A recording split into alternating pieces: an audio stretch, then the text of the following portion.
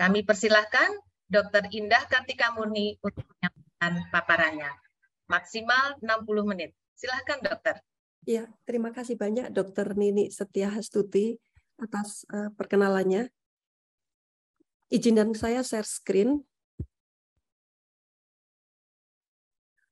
Sudah terlihat ya, dokter?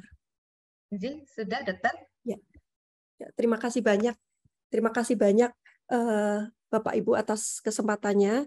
Kali ini kami akan share terkait screening penyakit jantung bawaan kritis pada bayi baru lahir. Jadi nanti dalam beberapa waktu ke depan saya akan bicara tentang beban penyakit jantung bawaan kritis, kemudian terkait juga jenisnya, dan juga bagaimana cara melakukan deteksi dini agar tidak terlambat terdiagnosis, dan bagaimana program ini mulai dari bukti atau evidence dimulai sampai harapannya menjadi suatu policy. Seperti kita tahu bahwa penyakit jantung bawaan kejadiannya adalah 1 dari 100 bayi yang lahir hidup. Jadi tiap 100 bayi yang lahir hidup ada 1 kemungkinan kelainan penyakit jantung bawaan. Dan 1/4-nya adalah penyakit jantung bawaan kritis. Jadi kalau di Indonesia kelahirannya sekitar 2,5% bayi, maka akan terdapat kira-kira 50.000 bayi dengan penyakit jantung bawaan setiap tahunnya. Dan 12.500-nya adalah penyakit jantung bawaan kritis. Penyakit jantung bawaan ini dikatakan tiap tahun semakin meningkat kejadiannya, tapi sebenarnya tidak benar-benar meningkat. Meningkat ini terjadi karena semakin banyak modalitas untuk mendeteksi penyakit jantung bawaan seperti ekokardiografi yang tersedia di mana-mana. Kita tahu bahwa di Asia ini paling tinggi kemungkinan terdeteksinya penyakit jantung bawaan karena memang populasi di Asia akan lebih banyak dibandingkan di benua yang lain. Nah, apa itu penyakit jantung bawaan kritis? Penyakit jantung bawaan kritis ini adalah suatu penyakit jantung bawaan yang dia perlu mendapatkan tindakan, baik itu tindakan tanpa operasi atau biasa kita lakukan dengan kateterisasi, dan juga tindakan dengan operasi. Dan dikatakan, ada yang mengatakan perlu tindakan segera setelah lahir, kira-kira di umur kurang dari 1 bulan. Tapi ada literatur yang mengatakan di bawah 1 tahun. Karena penyakit jantung bawaan kritis ini sebenarnya ada 2. Jadi yang pertama adalah penyakit jantung bawaan yang benar-benar dia hidupnya sangat tergantung yang namanya ductus arteriosus yang tetap terbuka. Sehingga dikatakan adalah penyakit jantung bawaan yang hidupnya tergantung dengan ductus. Kemudian ada penyakit jantung bawaan yang lebih tidak terlalu kritis, misalnya seperti penyakit tetralogy-of-Fallot atau truncus arteriosus, di mana penyakit ini masih memungkinkan aliran darah ke paru bisa ada. Jadi kalau yang di atas ini biasanya aliran darah ke paru sangat-sangat tergantung dengan ductus arteriosus. Nah, kita akan sedikit mengetahui atau sedikit mengingat terkait bagaimana perbedaan sirkulasi fetus dengan sirkulasi setelah lahir terkait dengan ductus arteriosus. Jadi perbedaan utama sirkulasi fetus dan sirkulasi setelah lahir adalah bahwa paru-paru di dalam kandungan belum berfungsi.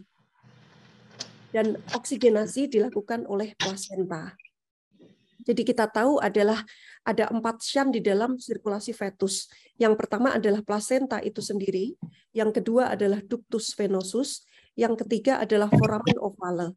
Foramen ovale ini terletak antara atrium kanan dan atrium kiri. Kemudian ada yang namanya ductus arteriosus, yaitu shunt antara arteri pulmonalis dengan aorta. Nah, darah dari plasenta masuk ke ductus venosus ke inferior vena cava akan menuju ke atrium kanan. Dan darah dari tubuh bagian atas di superior vena cava akan masuk juga ke atrium kanan. Darah di atrium kanan ini sepertiga nanti akan melewati foramen ovale, masuk ke atrium kiri, ke ventrikel kiri, kemudian ke aorta dan ke seluruh tubuh.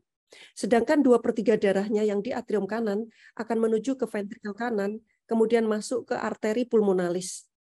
Di arteri pulmonalis ini, darah tidak terlalu suka masuk ke paru-paru.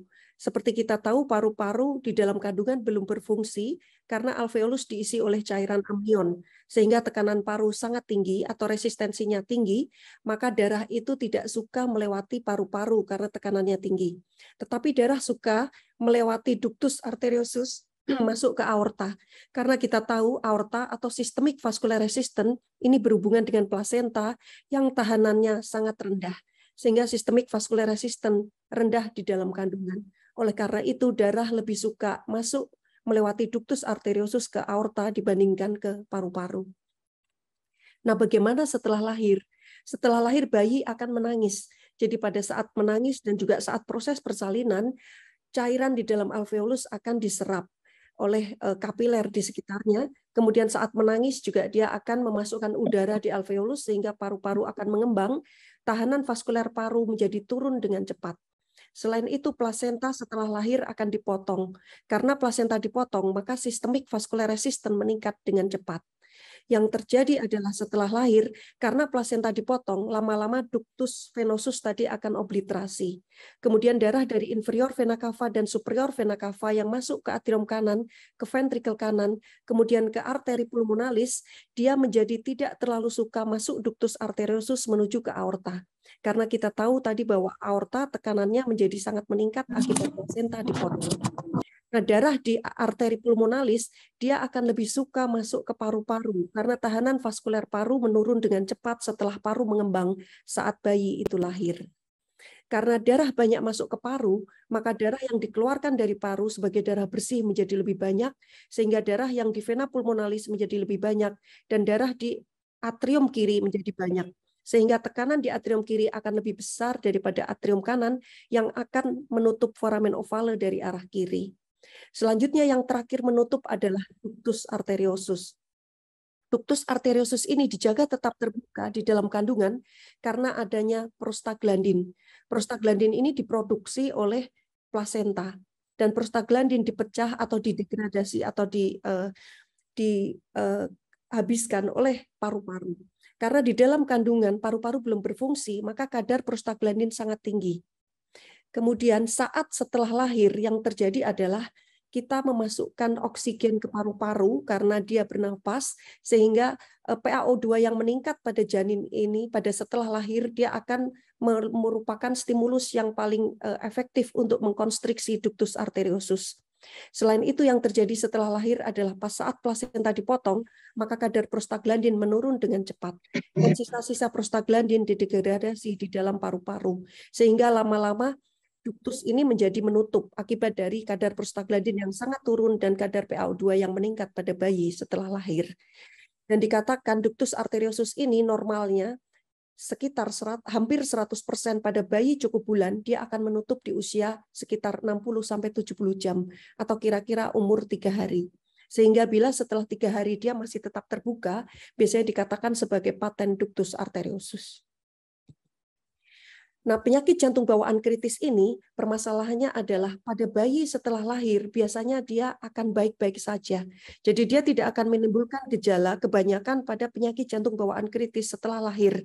Anaknya biasanya tidak asfiksia karena kita tahu bahwa paru-paru di dalam kandungan belum berfungsi, biasanya dia tidak akan menyebabkan masalah di dalam kandungan.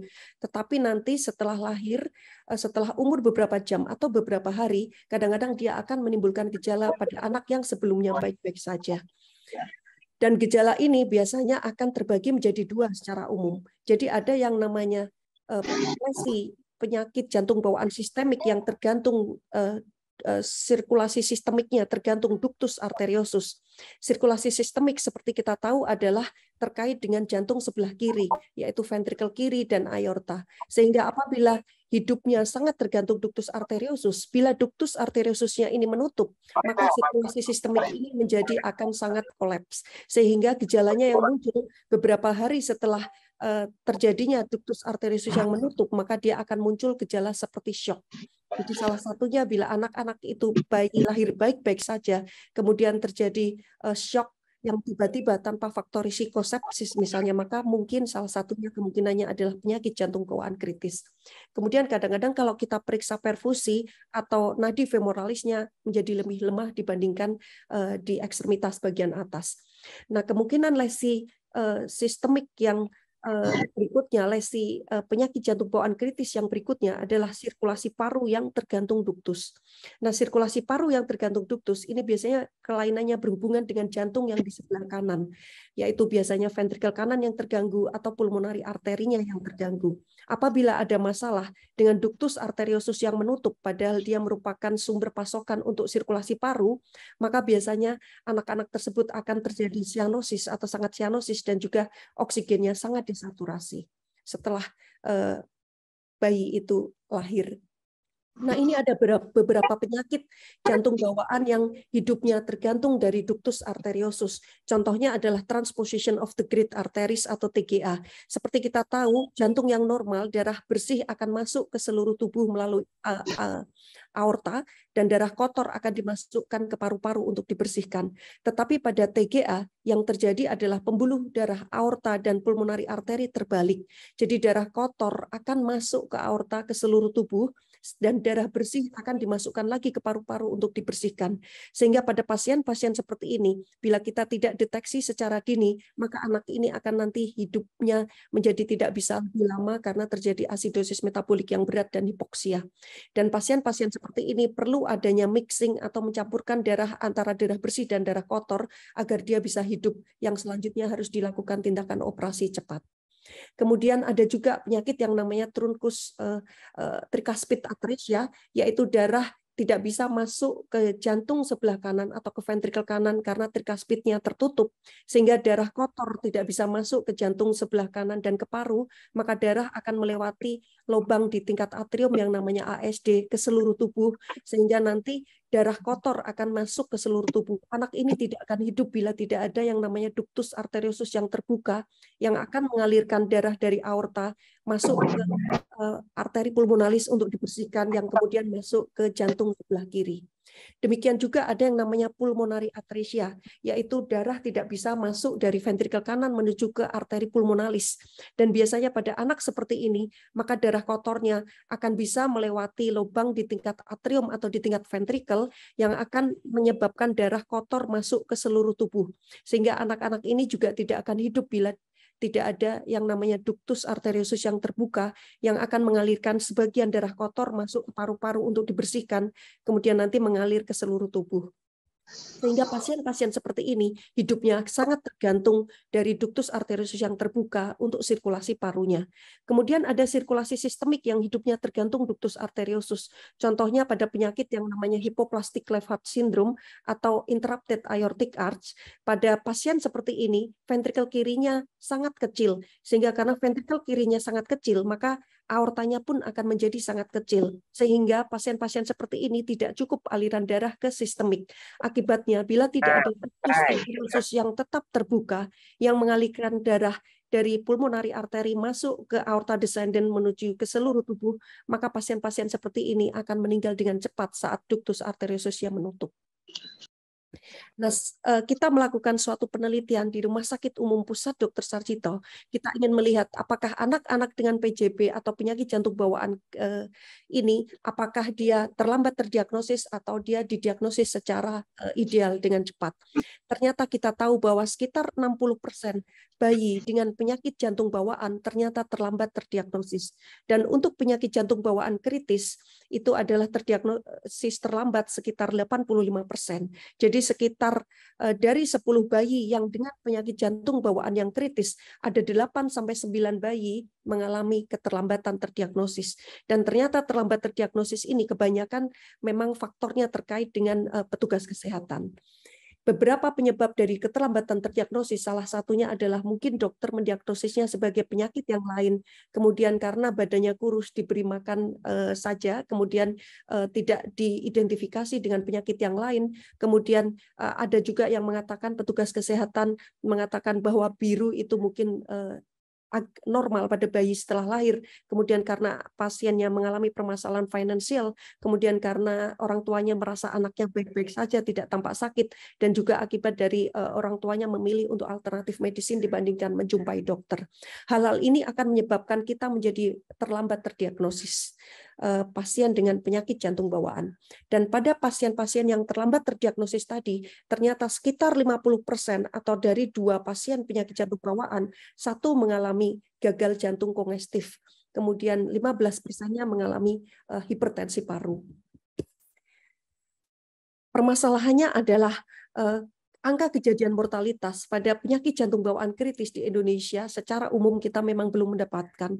Tetapi kita melakukan penelitian di Rumah Sakit Umum Pusat Dr. Sarjito, angka kematian penyakit jantung bawaan kritis mencapai 35%. Dan salah satu prediktor dari kematian ini adalah bila kita terlambat merujuk. Sehingga sangat penting untuk meningkatkan awareness kita terkait dengan penyakit jantung bawaan kritis ini, bagaimana cara agar tidak terlambat merujuk atau tidak terlambat mendiagnosis.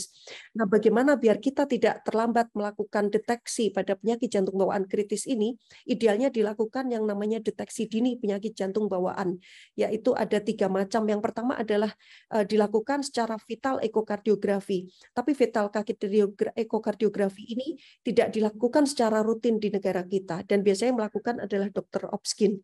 Kemudian yang bisa kita lakukan adalah screening setelah bayi itu lahir, yaitu pada masa neonatus dikenal dengan screening penyakit jantung bawaan kritis. Dan fetal ekokardiografi ini biasanya dilakukan memang bila ada indikasi tertentu. Contohnya adalah pada ibu dengan pregestational diabetes, kemudian ibu dengan infeksi, ada lupus, atau misalnya dia terpapar zat-zat yang teratogenik, atau orang tuanya atau keluarganya ada yang mengalami penyakit jantung bawaan kritis atau gangguan irama. Baru nanti mereka biasanya dilakukan fetal ekokardiografi. Nah, masalahnya adalah bayi-bayi yang lahir dengan penyakit jantung bawaan kritis tadi, biasanya dia akan tampak seperti anak normal. Dan biru atau sianosis itu sepertinya agak sulit dilihat dengan mata biasa. Karena seperti kita tahu, untuk tampak menjadi sianosis, maka diperlukan syarat bahwa hemoglobin yang tereduksi harus sebesar 5 gram per desiliter. Hal ini menyebabkan bahwa pada kira-kira kadar hemoglobin 15 gram per desiliter, maka dia baru akan tampak sianosis bila kadar saturasi oksigen bayi itu mencapai sekitar 80% atau ke bawah. Sehingga bila pasien itu kadar saturasinya tidak mencapai 80%, lebih dari 80%, maka kadang-kadang kita tidak akan bisa atau sulit melihat sianosis pada bayi ini. Sehingga perlu dilakukan screening untuk mendeteksi adanya penyakit jantung bawaan kritis. Dan screening ini dilakukan dengan menggunakan alat pulse oximetry untuk bisa mendeteksi penyakit jantung bawaan kritis. Implementasi screening menggunakan pulse oximetry ini sudah dilakukan di banyak negara di dunia. Salah satunya adalah di Amerika dengan melakukan screening penyakit jantung bawaan kritis, dikatakan kematian akibat penyakit jantung bawaan kritis turun sekitar 33%. Demikian juga di Eropa dan juga di negara-negara tetangga kita sudah melakukan screening penyakit jantung bawaan kritis. Dan UKK Kardiologi Ikatan Dokter Anak Indonesia mulai melakukan screening penyakit jantung bawaan kritis ini di beberapa provinsi di Indonesia. Yang pertama adalah di Malang dan juga di Tulungagung, dan dilanjutkan di beberapa daerah di Indonesia. Dan ini mulai dikenalkan sejak tahun 2021. Dan menurut penelitian mengatakan bahwa bila screening ini dilakukan dengan baik, maka cost effectiveness-nya ini akan sangat baik. Jadi harga untuk pulse oximetry di tiap neonatus mungkin hanya sekitar 5-6 dolar kalau pakai angka dolar. Tetapi kalau ini terlambat terdiagnosis dan memerlukan biaya perawatan dan biaya terkait dengan keterlambatan diagnosis, maka dia akan bisa mencapai sekitar 35.000 USD. Nah, bagaimana caranya melakukan screening dengan pulse oximetry untuk mendeteksi penyakit jantung bawaan kritis ini? Penyakit jantung bawaan kritis ini harus dideteksi untuk semua bayi yang tampak sehat.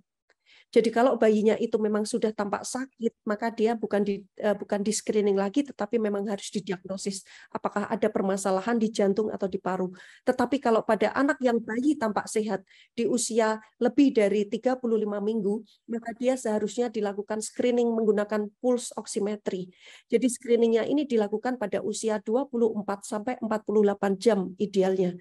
Kenapa tidak dilakukan di bawah 24 jam? Karena seperti kita tahu di bawah usia 24 jam, kadang-kadang bayi masih mengalami masa transisi dan biasanya saturasi oksigen kadang masih di bawah normal, kadang masih dianggap sebagai normal karena seperti kita tahu HbF pada bayi biasanya masih sangat tinggi yang dia akan mengikat oksigen sehingga agak sulit dilepaskan. Maka biasanya paling ideal dilakukan pengukuran puls oksimetri sekitar di usia 24 jam. Tetapi kenapa tidak sebaiknya jangan lebih dari 48 jam? Karena kita tahu bahwa ductus arteriosus itu menutup biasanya hampir 100% pada usia kira-kira 70 jam. Sehingga sebaiknya lakukan screening puls oximetry di usia 24 sampai 48 jam. Tetapi bila pasiennya Bapak Ibu akan dipulangkan sebelum usia 24 jam, maka lakukan pemeriksaan puls oximetry ini sesaat sebelum dipulangkan. Nah, di mana diperiksanya? Diperiksanya idealnya harus di tangan kanan dan juga di salah satu kaki. Tangan harus di tangan kanan. Kenapa di tangan kanan? Karena seperti kita tahu, ductus ini biasanya berada di aorta descendens. Dan aorta descendens ini kadang-kadang bisa letaknya di atas muara dari subclavia kiri. Sehingga kita paling ideal kalau mau kita mencari preduktal, itu harus di tangan sebelah kanan. Dan juga kalau di postduktal, boleh di kaki, baik kaki kiri ataupun kaki kanan. Maka kita lakukan screening, lakukan di tangan kanan dan juga di kaki. Bila saturasi oksigennya kurang dari 90%, sehingga angkanya itu 8, baik itu 88, 89, atau 70, atau 60, maka dia termasuk ke dalam kelompok yang merah. Jadi kelompok merah ini adalah nanti akhirnya menjadi termasuk ke dalam screening yang positif atau screening gagal. Kemudian kalau pasien itu screening puls oksimetrinya saturasinya di antara 90% sampai 94% atau di bawah 95% di tangan kanan dan kaki atau beda saturasinya 4% atau lebih dari 3% di tangan kanan dan kaki, maka Bapak Ibu harus mengulang lagi pemeriksaannya 1 jam kemudian. Bila hasilnya tetap sama, maka ulang lagi 1 jam kemudian. Bila hasilnya tetap sama, maka pasien ini ke dalam kelompok kuning juga nanti akan masuk ke dalam screening positif atau gagal. Pada screening positif atau gagal ini, sangat mungkin pasien ini adalah mungkin menderita penyakit jantung bawaan kritis. Apabila tidak ada masalah lain, maka pasien ini harus dirujuk untuk dilakukan ekokardiografi untuk dipastikan apakah ini ada penyakit jantung bawaan kritis atau tidak. Dan Bapak Ibu bisa merujuk ke dokter subspesialis jantung anak atau konsultan kardiologi anak.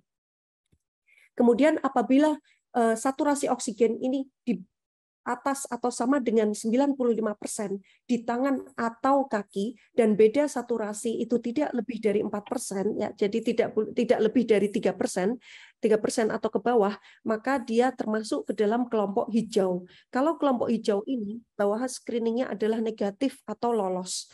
Pada screening yang lolos ini, maka pasien tersebut mungkin tidak menderita penyakit jantung bawaan kritis. Tetapi bukan berarti dia tidak menderita penyakit jantung bawaan. Karena kita tahu bahwa penyakit jantung bawaan ada juga yang tidak kritis, seperti penyakit jantung bawaan yang acyanotik atau yang tidak biru. Contohnya VSD, PDA, atau ASD, itu biasanya dia tidak biru. Sehingga kalau menggunakan screening pulse oximetry, dia tidak akan terdeteksi. Dan juga pasien-pasien dengan VSD, ASD, dan PDA ini tidak akan menimbulkan gejala pada saat segera setelah lahir. Sehingga nanti munculnya gejala biasanya di saat pulmonary vascular resistance turun atau resistensi vaskular paru turun di usia kira-kira sekitar 1 atau 2 bulan. Sehingga bila hasilnya negatif, maka Bapak Ibu mungkin bisa memberikan saran bahwa mungkin ini pasiennya tidak menderita penyakit jantung bawaan kritis, tapi belum tentu tidak ada penyakit jantung bawaan. Nanti saat dia kontrol, Bapak Ibu harus melakukan pemeriksaan pada anak dengan semua anak yang sehat tadi dengan anamnesis dan pemeriksaan fisik. Nah, ini kalau kita perbesarkan tadi ya. Jadi intinya kalau masuk ke dalam kelompok merah ini, maka screeningnya adalah gagal atau positif dan juga termasuk ke dalam kuning. Tapi kalau termasuk ke dalam kelompok merah adalah saturasinya 95% atau lebih di tangan kanan atau kaki dan bedanya 3 atau ke bawah, maka dia termasuk ke dalam kelompok lolos.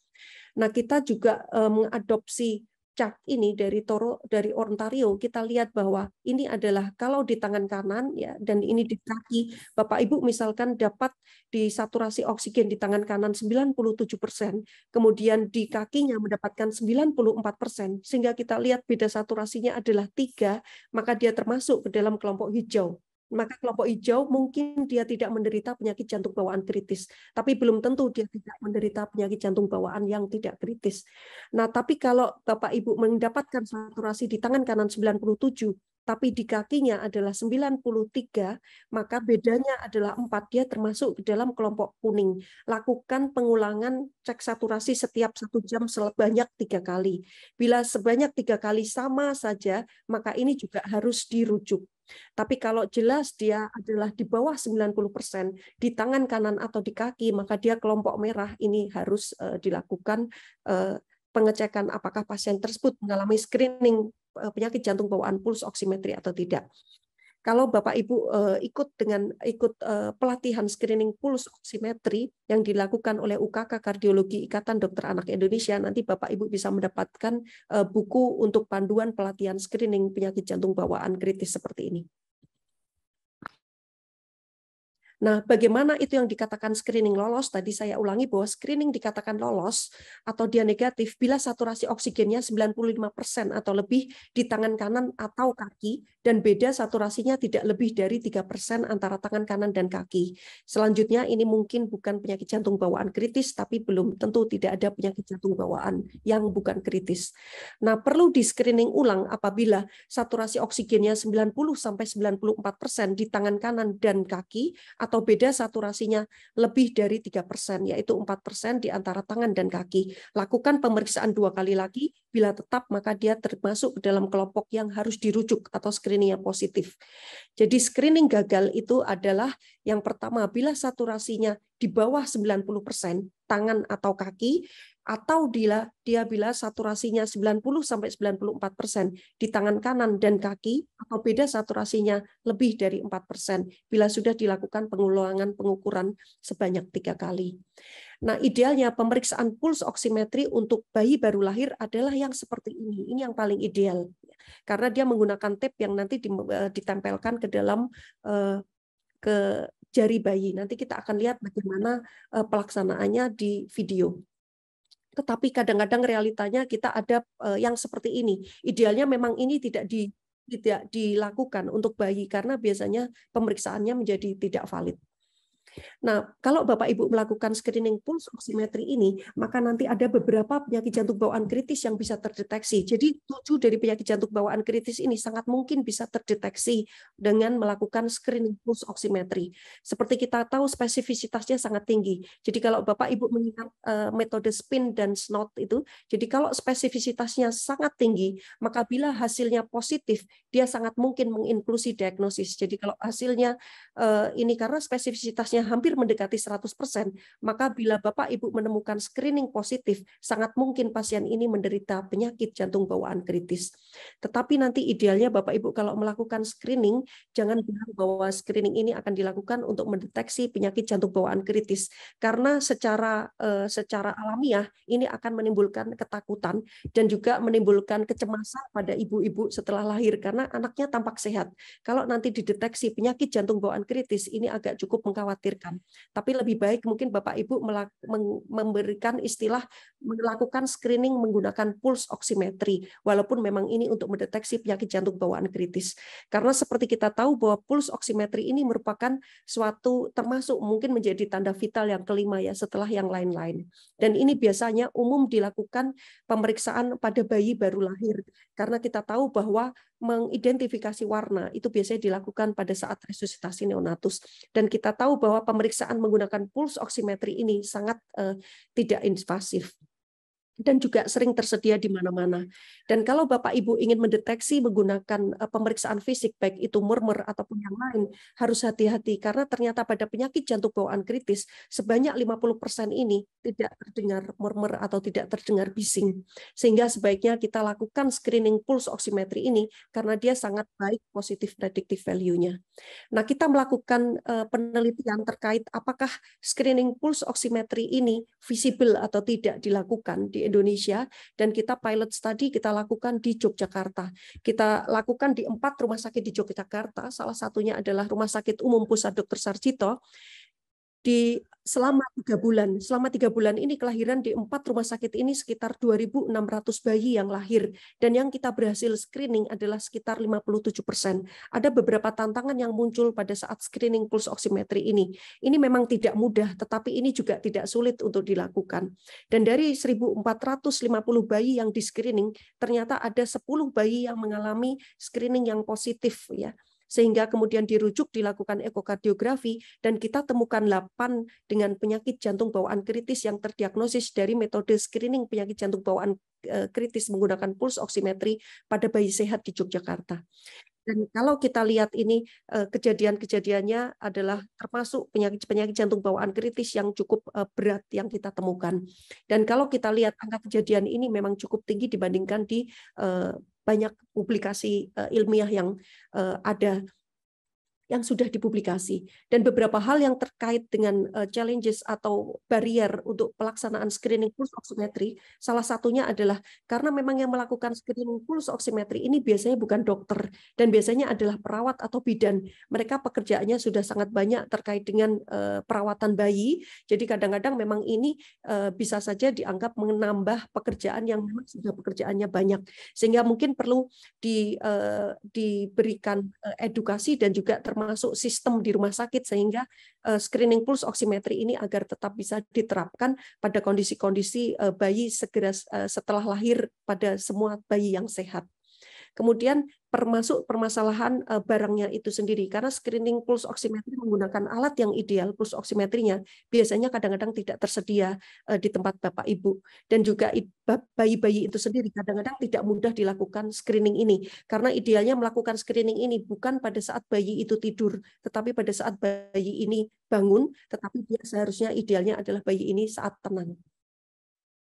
Nah, bila screeningnya nanti positif, apa yang Bapak Ibu lakukan? Bila Bapak Ibu melakukannya bukan di tenaga kesehatan dokter, maka idealnya para bidan dan juga perawat ini harus segera merujuk ke dokter semua nanti, kemudian melakukan evaluasi. Apabila dokter umum yang dirujuk pasien seperti ini atau dokter anak, maka nanti dilakukan evaluasi, kemudian diukur tekanan darah dan juga diukur kekuatan nadi di 4 ekstremitas, apakah sama atau beda. Kemudian bila perlu dilakukan ronsen torak atau EKG bila memungkinkan untuk mengeksklusi kemungkinannya penyakit yang lain, tapi bila tidak bisa menerangkan ada masalah yang lain secara anamnesis atau pemeriksaan fisik, maka Bapak Ibu sebaiknya merujuk pasien tersebut dengan screening positif untuk dilakukan ekokardiografi pada dokter spesialis anak, subspesialis jantung atau konsulen jantung anak. Nah, bagaimana nanti setelah dirujuk, apa yang harus dilakukan? Jadi pada saat Bapak Ibu merujuk, nanti kita akan melakukan yang namanya mengkonfirmasi apakah diagnosisnya ini betul penyakit jantung bawaan kritis atau tidak. Kemudian kalau betul, kita biasanya akan melakukan tindakan, baik itu tindakan intervensi ataupun tindakan pembedahan. Tetapi biasanya kalau kita dokter subspesialis jantung anak atau konsulen jantung anak, yang kita lakukan adalah intervensi tanpa operasi. Nah, kita biasanya lakukan ekokardiografi, kemudian bisa dilanjutkan dengan cardiac catheterization, dan selanjutnya bisa kita lakukan juga intervensi. Tapi yang paling ideal adalah apa yang harus kita lakukan selama transport. Bapak Ibu harus menjaga ABC, ya, jadi airway bridge circulation-nya dijaga. Idealnya nanti kalau bisa dipasang infus, dan paling bagus adalah kalau Bapak Ibu punya prostaglandin, karena prostaglandin seperti kita tahu tadi adalah lalu diproduksi di dalam kandungan sehingga menjaga duktus tetap terbuka. Dan biasanya kalau setelah lahir karena dia prostaglandinnya plasentanya dipotong, maka prostaglandinnya habis. Sehingga bila Bapak Ibu bisa memasukkan prostaglandin pada bayi-bayi ini, maka sangat ideal untuk menjaga duktusnya tetap terbuka. Tapi memang kadang-kadang tidak banyak prostaglandin yang ada di Indonesia. Kemudian juga Bapak Ibu jangan lupa, jangan pasien sampai hipoglikemi, hipotermia, jangan sebaiknya dicegah infeksi, ya, dan edukasi harus diberikan dengan baik. Yang paling penting juga, kalau memang Bapak Ibu mencurigai suatu penyakit jantung bawaan kritis, apalagi yang tergantung duktus, maka oksigennya jangan terlalu tinggi. Kalau saturasi oksigen 75-85% itu sudah sangat baik. Karena kalau Bapak Ibu memberikan oksigen yang sangat tinggi, maka tadi duktus arteriosnya bisa menutup dengan lebih cepat, sehingga pasien ini jauh akan tetap lebih memberat dan bisa kadang meninggal. Nah, kemudian apa yang kita lakukan nanti? Kita akan melakukan kateterisasi, bila memungkinkan kita juga akan lakukan tindakan-tindakan intervensi menjaga duktusnya tetap terbuka dan juga menjaga agar aliran darah ke paru menjadi lebih cukup atau ke sistemik menjadi lebih cukup. Kita lakukan dengan berbagai metode seperti ini. Jadi duktusnya kita jaga terbuka, dipasang stent di duktusnya, atau kita lakukan balun atrial septostomi, atau kita buka pembuluh darah parunya yang sempit sekali, dilakukan balun pulmonari valvuloplasti. Dan biasanya contohnya seperti ini Bapak Ibu. Jadi misalnya ini duktusnya tertutup, ini adalah aorta, ini pulmonari arteri ya. Kalau dia duktusnya adalah untuk aliran darah ke paru, sangat tergantung duktus, maka biasanya kita bisa buka duktusnya dengan cara kita memasukkan selang seperti ini, wire, kemudian kita pasang stenting sehingga nanti aliran duktusnya terbuka, maka bayi ini saturasinya menjadi sangat cepat meningkat. Dan ini sudah biasa kita lakukan pada UKK kardiologi IDAI ini, hampir semua stafnya bisa melakukan tindakan-tindakan intervensi termasuk PDA stenting di rumah sakit besar di tersier. Sehingga kalau Bapak Ibu bisa merujuk, itu nanti kita akan bisa lakukan tindakan seperti ini salah satunya. Dan kalau dilakukan PDA stenting salah satunya di rumah sakit kami, maka kadar saturasinya memang meningkat dengan cepat dan komplikasinya sangat jarang. Kemudian bisa juga dilakukan namanya balun atrial septostomi. Ini juga dilakukan contohnya pada pasien dengan TGA yang pembuluh darah besarnya tadi terbalik. Jadi kalau darah kotor masuk ke aorta dan darah bersih selalu masuk ke paru, maka anak ini akan hipoksia, tidak akan bisa hidup lama, kecuali kita buka septum di atriumnya untuk memungkinkan darah yang bersih nanti bercampur ke darah kotor dan ke aorta, sehingga darah di aorta atau di seluruh tubuh menjadi lebih merah.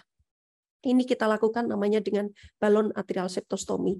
Dan kemudian pada pasien-pasien yang mengalami penyempitan pembuluh darah paru yang sangat berat atau kritis, kadang-kadang kita bisa masukkan balon, kemudian nanti balon ini dilebarkan hingga aliran darah ke paru menjadi lebih cukup. Ini juga bisa dilakukan oleh dokter subspesialis atau kardiologi anak IDAI di seluruh Indonesia.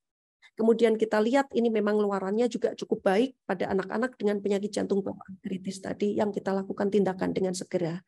Nah, Bapak Ibu, seperti tadi sudah disebutkan bahwa sebenarnya populasi di Indonesia ini banyak sekali, ya.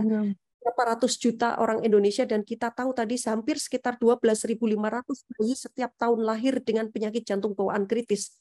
Permasalahannya memang mendeteksi atau screening penyakit jantung bawaan kritis tidak banyak dilakukan karena memang kita melihat bayi itu biru, agak sulit dilihat bila kadar saturasinya tidak lebih dari turun tidak lebih dari 80%. Sehingga Bapak Ibu perlu melakukan deteksi dini menggunakan pulse oximetry agar lebih banyak bayi yang terdiagnosis atau suspek penyakit jantung bawaan kritis tadi akhirnya terdiagnosis, sehingga bisa didiagnosis dengan lebih baik, lebih ideal, dan juga bisa dikoreksi atau bisa dimanage dengan baik.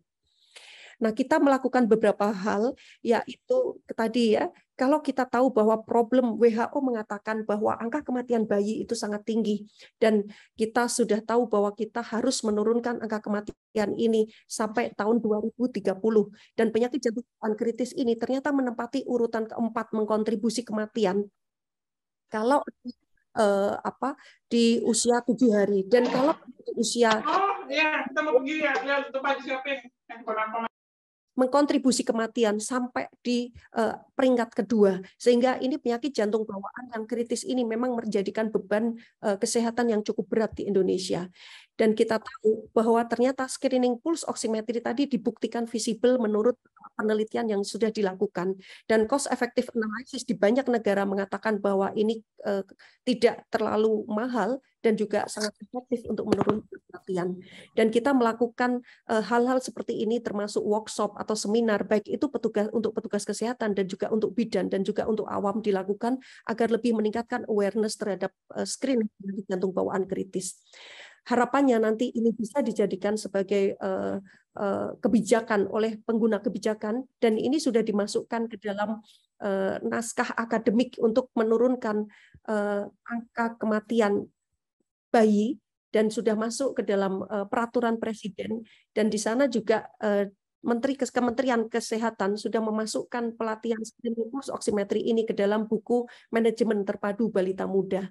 Sehingga harapannya nanti akan makin banyak pasien dengan penyakit jantung bawaan terdiagnosis. terscreening penyakit jantung bawaan kritis. Tetapi tentu saja Bapak Ibu, untuk melakukan screening pulse oximetry ini harus diikuti dengan beberapa hal yang berikutnya. Jadi yang termasuk salah satunya adalah transport atau rujukan ini harus baik. Kemudian juga kita harus bisa melakukan tindakan seperti interventional kardiologi tadi, dan juga dilakukan selanjutnya dengan bedah surgery untuk pasien-pasien dengan penyakit jantung bawaan tadi. Tetapi memang di Indonesia ini walaupun tidak semuanya bisa melakukan pembedahan, tetapi sudah banyak beberapa center yang bisa melakukan pembedahan untuk penyakit jantung bawaan kritis ini. Dan harapannya nanti dengan makin menguatkan infrastruktur di banyak sektor kesehatan, maka ini akan bisa dilakukan dengan baik. Sehingga Bapak Ibu, walaupun kita baru memulai screening ini menggunakan penyakit screening menggunakan pulse oximetry, maka sebaiknya lakukanlah agar bayi-bayi yang suspek penyakit jantung bawaan kritis ini bisa terdeteksi lebih cepat, sehingga nanti bisa di-manage lebih baik, sehingga kualitas hidup mereka akan menjadi sangat lebih baik. Sehingga bisa saya simpulkan bahwa kita tahu tadi ada 8 dari 10 bayi dengan penyakit jantung bawaan kritis itu terlambat terdiagnosis. Dan 3 dari mereka ternyata meninggal. Terlambat terdiagnosis itu artinya Bapak Ibu, kalau misalnya dia lahir di rumah sakit, bila dia tidak terdiagnosis saat di rumah sakit, kalau penyakit jantung bawaan kritis dan sudah terlanjur dipulangkan, maka itu termasuk terlambat terdiagnosis. Bila nanti dia balik kembali dengan umur seberapapun. Sehingga sebaiknya lakukan screening penyakit jantung bawaan kritis pada usia 24 sampai 48 jam atau segera sesaat sebelum dipulangkan biar bayi ini tidak terlambat terdiagnosis. Kemudian tadi presentasi atau manifestasi klinis dari penyakit jantung bawaan kritis itu ternyata bervariasi. Bisa dengan sangat sianosis yang nampak terlihat jelas, atau sianosisnya tidak terlalu nampak terlihat jelas, dan bisa juga dengan kondisi seperti shock ya, yang biasanya terjadi pada pasien-pasien bayi yang biasanya lahir tampak baik-baik saja, tidak aseksia, berat badan lahirnya baik dan anaknya baik-baik saja, ternyata nanti setelah beberapa hari saat duktusnya menutup, kadang-kadang bisa dia meninggal dengan cepat. Sehingga untuk menghindari itu, maka lakukan screening pulse oximetry untuk mendeteksi penyakit jantung bawaan kritis. Dan screening ini sebaiknya dilakukan di semua tempat, walaupun untuk menghindari komplikasi tadi, termasuk morbiditas dan mortalitas. Dan idealnya memang health sector atau untuk terkait referral dan untuk yang lain-lain nanti selanjutnya kita akan berusaha perbaiki dengan lebih baik sehingga pasien-pasien yang dirujuk dengan screening penyakit jantung bawaan kritis yang positif ini akan bisa lebih baik terdeteksi. Terima kasih banyak saya ucapkan kepada UKK Kardiologi, Ikatan Dokter Anak Indonesia, Dr. Rizky, teman-teman semua yang memberikan kesempatan kepada kami, dan juga perinatologi dan juga teman-teman saya di Rumah Sakit Sarjito. Terima kasih banyak atas kesempatannya. Bila Bapak Ibu bertanya nanti mungkin atau menghubungi kami bisa lewat beberapa media berikut. Terima kasih. Terima kasih. Terima kasih banyak Dr. Indah.